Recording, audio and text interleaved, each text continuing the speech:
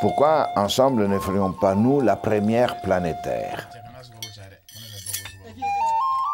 La première planétaire des gens qui voudraient commencer le XXIe siècle par une autre narration du monde. Pas la narration actuelle du monde, de la compétitivité, de la libéralisation, etc. Mais la narration d'un monde où les 8 milliards de gens, dans 20 ans, seront considérés eux-mêmes, mais par eux-mêmes, des sujets d'histoire. Et puis alors agir. Pas agir immédiatement, pas organiser des grèves mondiales, mais faire élaborer une narration différente de la narration dominante. Voilà la première planétaire.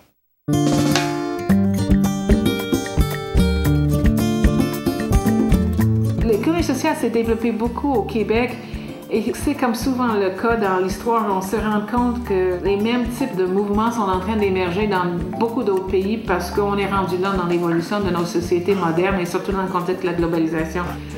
C'est illusoire de penser qu'on va avoir une économie démocratique, solidaire, équitable au Québec pendant que le reste de la planète s'en va à la dérive.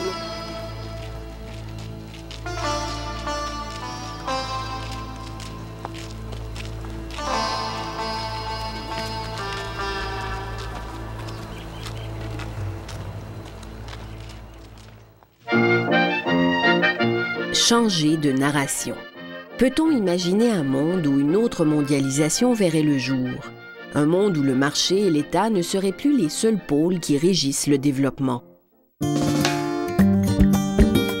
Économie sociale et solidaire. Voilà une première proposition de nouvelle narration. Le Québec est devenu depuis une petite dizaine d'années un véritable laboratoire mondial de solutions pour faire face à cette mondialisation qui a toutes les raisons de nous inquiéter. En novembre 1996, il y a eu un sommet de l'économie et de l'emploi.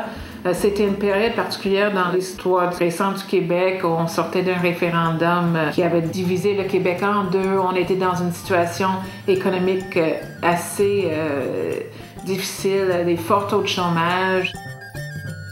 Le premier ministre Bouchard, à l'époque, a convoqué les acteurs de la société civile, des grands dirigeants d'entreprises, les dirigeants syndicaux, etc., pour faire le point puis se donner une stratégie, voir si on pouvait mieux travailler ensemble.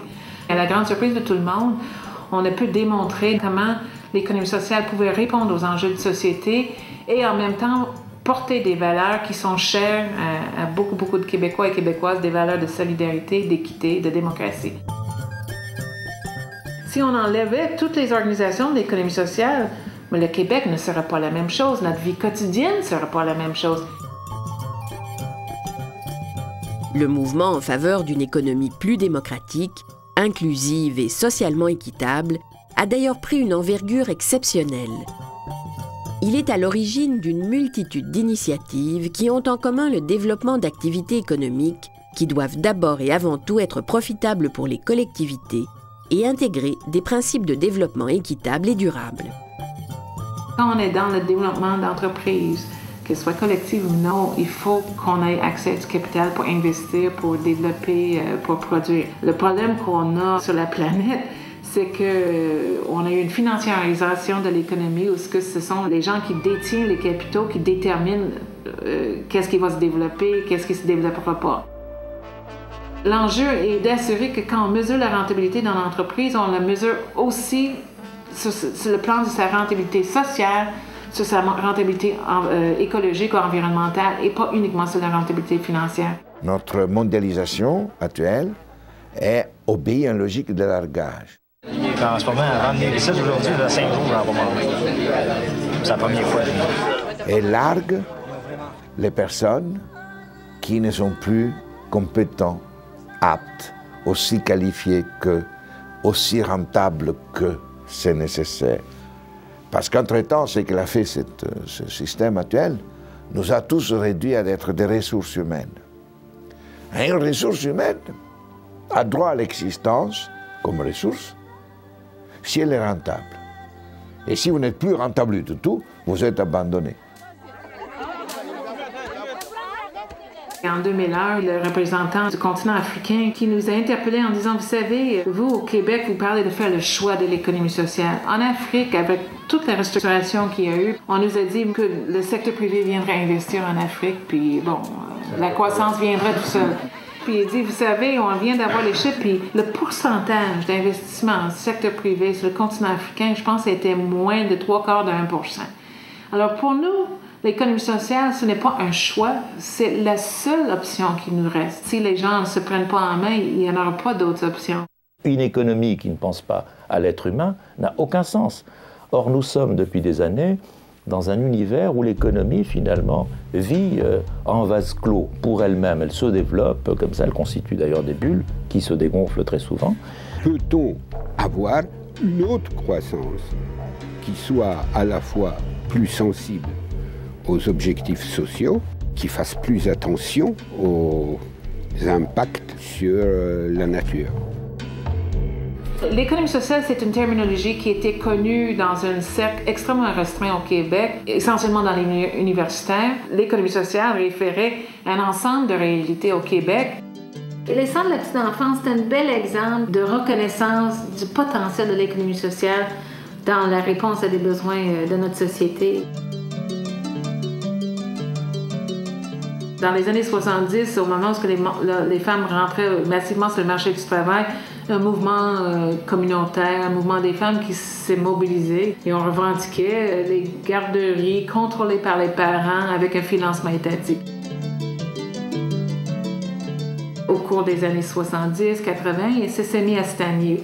En 96, encore plus qu'à jamais, on parlait de dénatalité, de conciliation travail-famille, etc. Et aussi, le marché du travail avait changé. Alors, au moment du sommet, les femmes, parce que c'était beaucoup des femmes dans les garderies, avaient dit pourquoi on ne met pas l'idée de créer des centres de la petite enfance qui serait une façon de mieux intégrer l'ensemble des besoins des familles et des enfants et de s'organiser un peu différemment. Cette idée-là, à la veille du sommet, on a dû se battre avec le gouvernement pour faire connaître l'idée de quinzaine d'initiatives de centres de la petite enfance.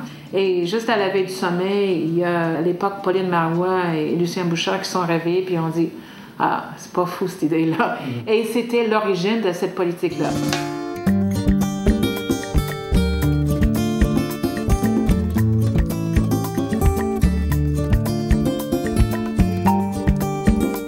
Que ce soit la garderie contrôlée par les parents, la coopérative d'habitation, la coopérative forestière ou l'organisation de loisirs, dans beaucoup de secteurs de notre économie.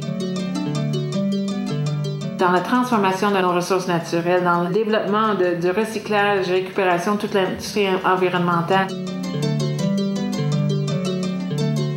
Dans les communications, dans les télécommunications, dans les nouvelles technologies de l'information, il y a beaucoup de réponses qui viennent d'initiatives collectives. Effectivement, on a vu des exemples de ça depuis 10 ans. On a un réseau, par exemple, d'entreprises en aide domestique et on est rendu à plus de 6 000 emplois en réponse aux besoins d'habitation, sur les questions des services de proximité. La coopérative de services à domicile est née suite à une initiative d'un CLC. Il voulait que la personne âgée soit au cœur de l'organisme. Dans le fond, qui décidait de la gestion, qui décidait des services, tout en maintenant la personne âgée à domicile, on l'impliquait dans le processus de l'organisme.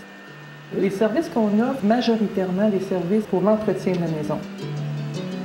La coopérative a plus d'une 60aine d'employés. On considère que la coopérative est vraiment un exemple d'économie sociale. Compte tenu qu'on offre des services à un coût raisonnable, on crée de l'emploi. C'est un secteur d'emploi qui n'existait pas.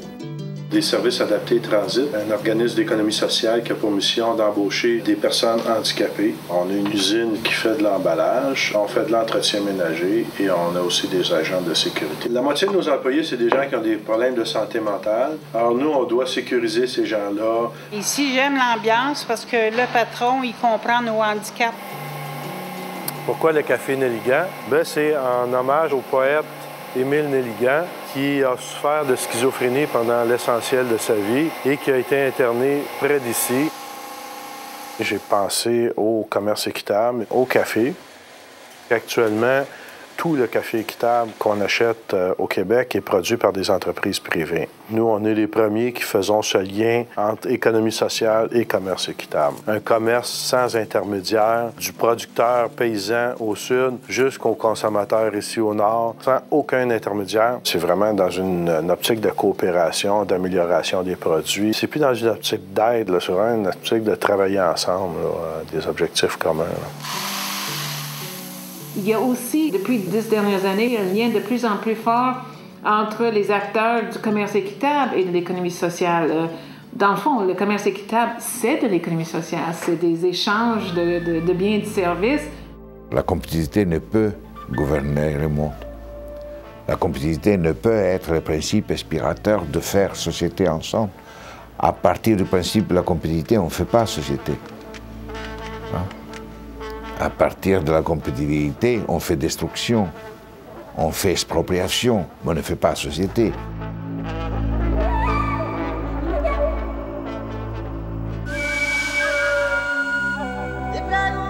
L'économie sociale, l'économie collective basée sur un contrôle démocratique, une prise en charge individuelle et collective, cette réalité-là est une partie intégrante de notre quotidien, mais plus que ça, qu'il y avait un potentiel énorme, en autant qu'on le reconnaisse et qu'on lui donne les outils pour son développement.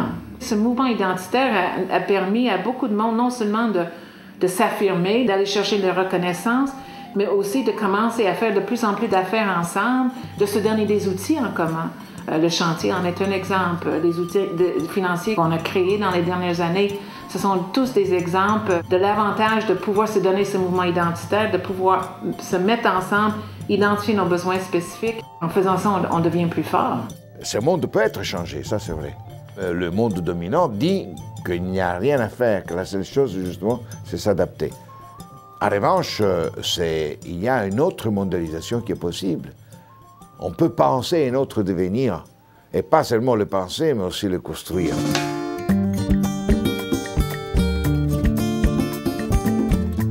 Le chantier, ça devient donc ce grand mélange de mouvements sociaux, d'entrepreneurs qui dirigent les entreprises, d'acteurs territoriaux qui travaillent tous ensemble autour de valeurs communes et autour d'une vision commune du développement. Okay. Parce qu'il n'y a pas de changement de société sans changement de narration.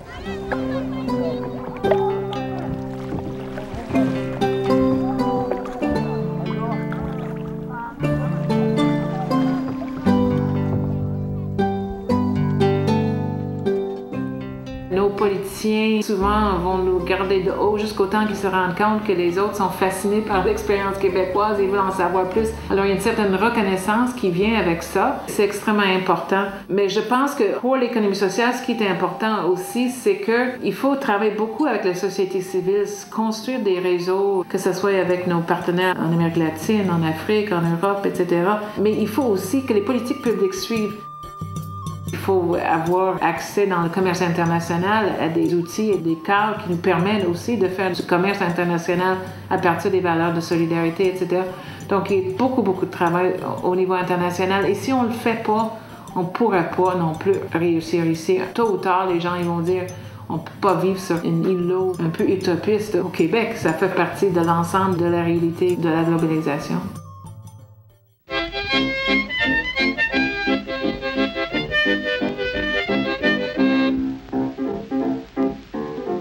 Mes amis, je vous assure que le temps est bien dur, il faut pas se décourager, ça va bien vite commencer, de l'ouvrage il va en avoir pour tout le monde cet hiver, il faut bien donner le temps au nouveau gouvernement, ça va venir puis ça va venir, mais décourageons-nous pas, moi je te joue le cœur gai et je continue à te lutter, il y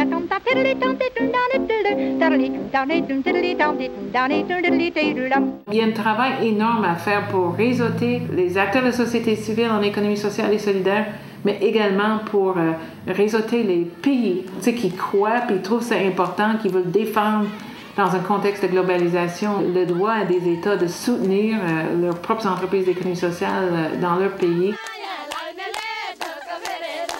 Et ce qui est intéressant dans ça aussi, c'est que c'est donnant-donnant. Tout le monde est gagnant là-dedans et c'est comme ça que l'économie devrait être.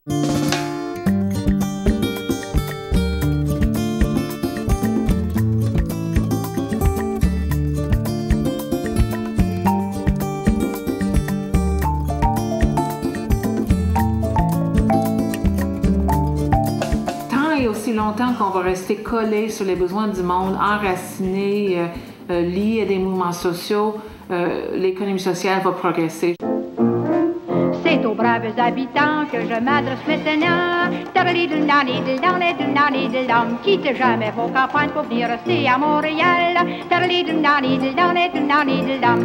des grandes villes comme ça, de la misère, il y en a. Alors, on a commencé à avoir des liens et été interpellés aussi par des partenaires ou des acteurs en Afrique, en Amérique latine. Dakar 2005. Voilà 1250 personnes réunies pour parler de cette nouvelle manière de voir le monde. En fait, ils n'en sont pas à leur première rencontre. En 1997 à Lima et en 2001 à Québec, ils ont entrepris de créer ce vaste réseau.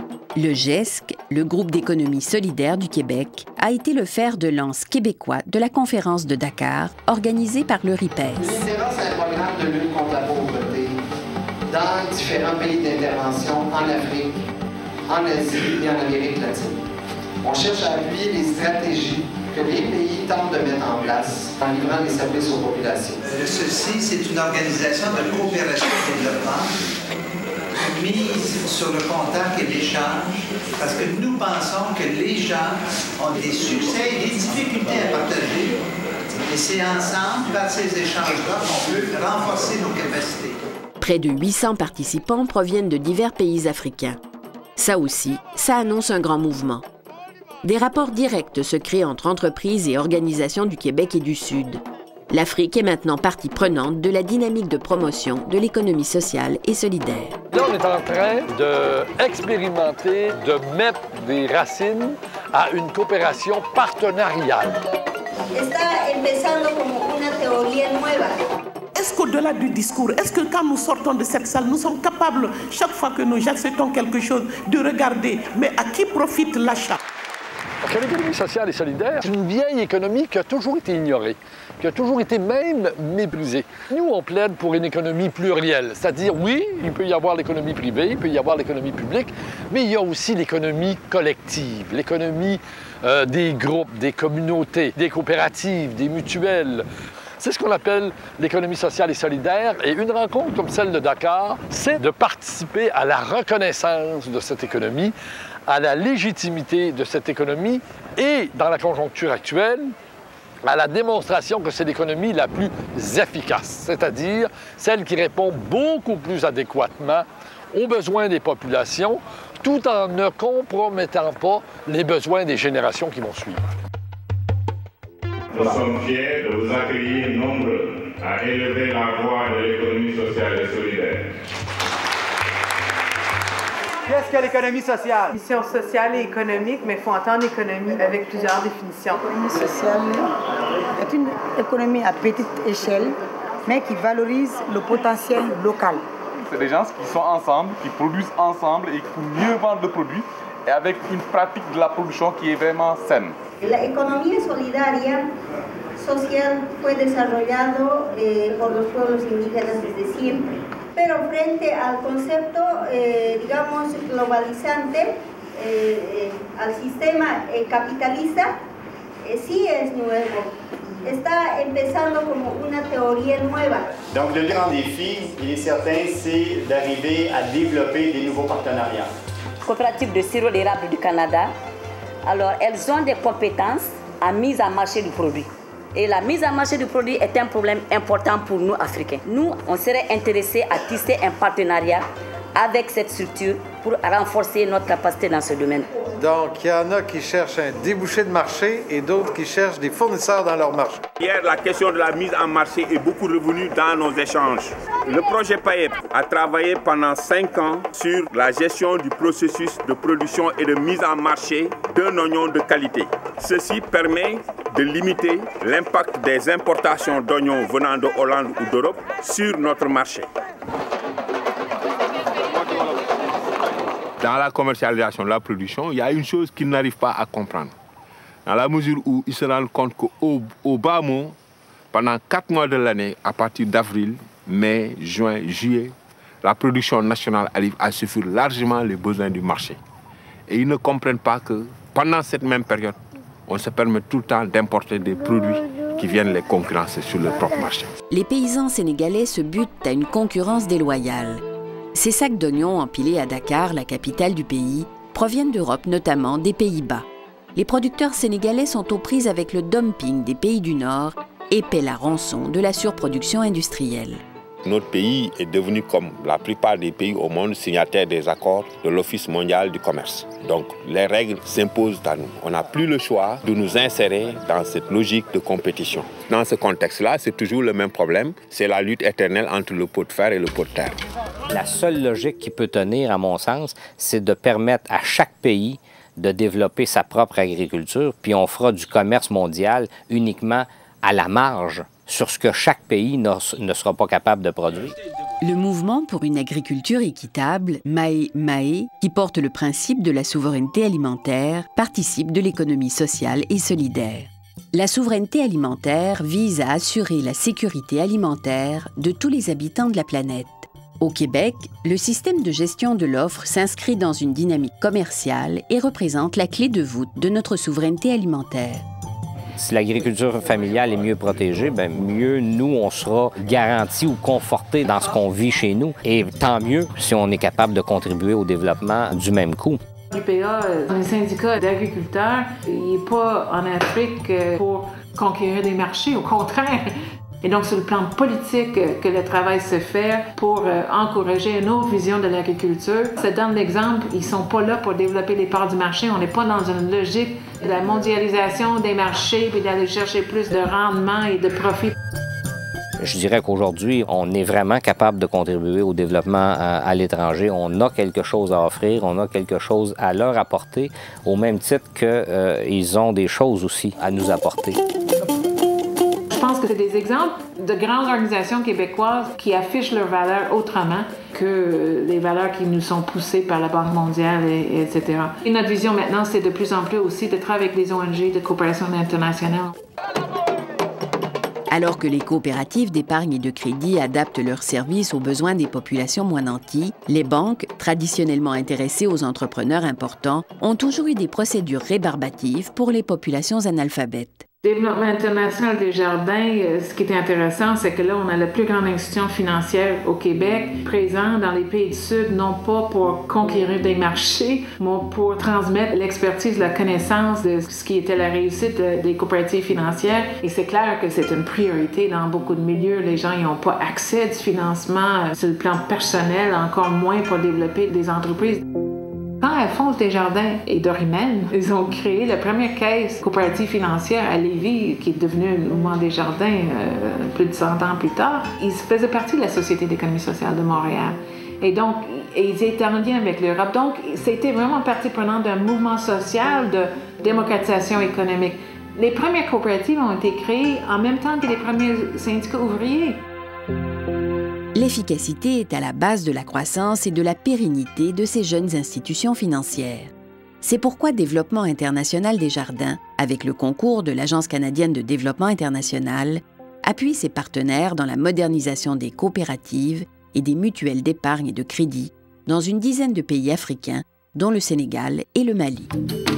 L'aide au développement évolue. Ça devient plus spécialisé. Les partenaires évoluent, sont de plus en plus exigeants et donc demandent aux agences de développement, dont l'Agence canadienne de développement, de les supporter dans leur évolution et de les supporter de façon la plus spécialisée. L'informatisation permet aux caisses d'effectuer le traitement des petits volumes d'argent, une caractéristique des clientèles pauvres, ce qui leur permet de poursuivre leur mission première. Tout entrepreneur est un être humain pressé, n'est-ce pas? À chaque fois que tu viennes et que tes services se fassent rapidement, vraiment, ça va changer quelque chose. Parce qu'on dit que le temps, c'est l'argent. Donc, l'informatisation, au cœur d'un processus de modernisation, c'est pour faire en sorte que ces institutions-là survivent, continuent à toucher les gens, continuent à les servir, à bien s'ancrer dans la communauté et rejoindre de plus en plus de personnes, être capable de donner des services financiers sur une grande échelle à des populations qui, autrement, n'y auraient pas accès.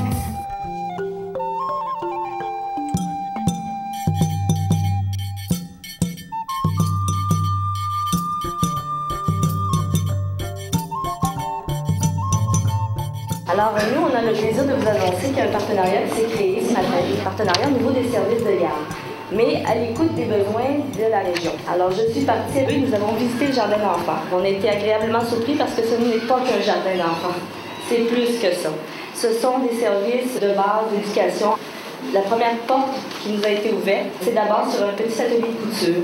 Alors, les jeunes filles qui sont exclues de l'école sont intégrées dans ce petit atelier de couture pour apprendre à faire de la couture et apprendre à parler français en même temps. Ensuite, il y a 60 petits-enfants qui apprennent par le jeu, par la culture sénégalaise. Ils portent des petites blouses et ces petites blouses-là sont fabriquées par les jeunes filles de l'atelier de couture. Alors, à mon avis, c'est une petite mine d'or qu'on vient de découvrir.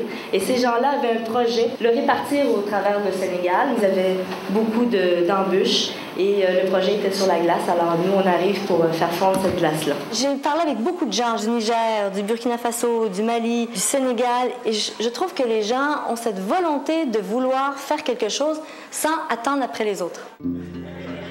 On demandait au gouvernement canadien de mettre 7/10 de 1% de leur PIB pour le développement international, évidemment le soutien aux pays du Sud. On est loin de la coupe aux lèvres. On s'était dit, qu'est-ce qu'on pourrait faire de plus que demander à l'État? Et on dit, si on se donnait ce défi-là également, puis on se disait, chacune des entreprises d'économie sociale qui adhèrent à cette vision de mondialisation solidaire, équitable, si on se fixait aussi cet objectif-là, de prendre 7/10 de 1% de notre chiffre d'affaires, de notre budget, pour des activités de solidarité internationale, ce serait premièrement une grande richesse pour le développement et la solidarité internationale et ça enverrait peut-être aussi un message à nos politiciens, c'est qu'on est sérieux dans la demande à ce que le gouvernement canadien réalise le même objectif.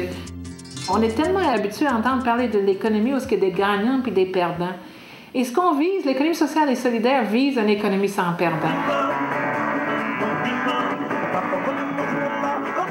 Alors, chers amis, je voudrais, au nom de la conférence de la 3e rencontre de la globalisation de la solidarité, remercier les Sénégalais et les Sénégalaises, remercier l'Afrique